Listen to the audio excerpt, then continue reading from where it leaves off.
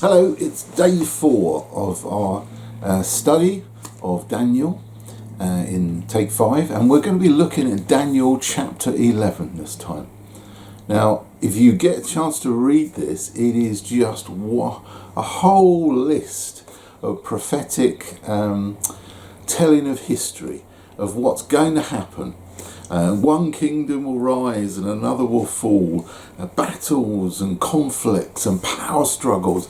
It is in many ways the original Game of Thrones. I've not really watched that series, but from what I understand, it's continual fights for struggle and power. And here we have it depicted in Scripture.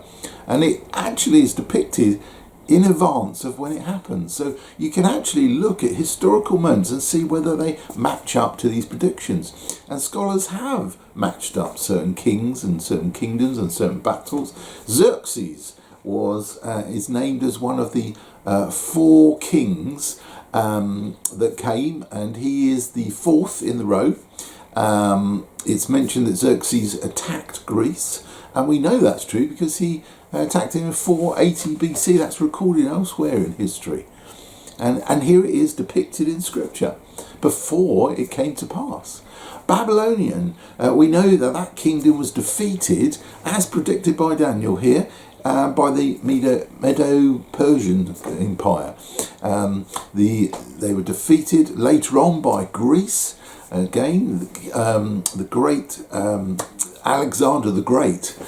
He came across the whole land and conquered everything in his path.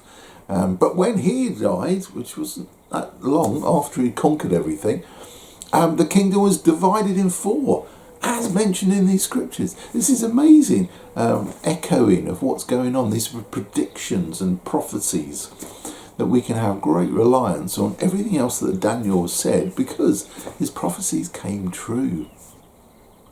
Now, it also starts talking about end times. So if we can have faith in what he says about historical events, surely we should have faith in what he talks about in terms of the end times. What will happen then? An appearance of an antichrist. How that will happen might be hard to interpret, but he's mentioning it, that it will happen. He mentions the times of trials and things that we'll go through, persecutions.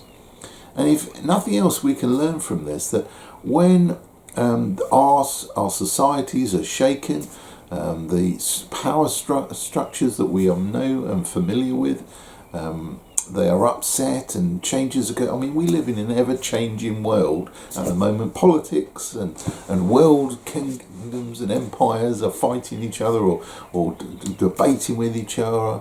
And it's difficult to know where to stand, who to believe in, who's telling the truth. Well, when that comes to you, when that comes to me, the one thing we do have is that we have a solid rock on which to build our lives on, Jesus. We can be assured that this foundation of faith that we have will actually help us cope with whatever circumstances we find ourselves in. It will actually, through persevering through persecution, it will build our strength. It will strengthen our relationship with God. And that is something to cling on to.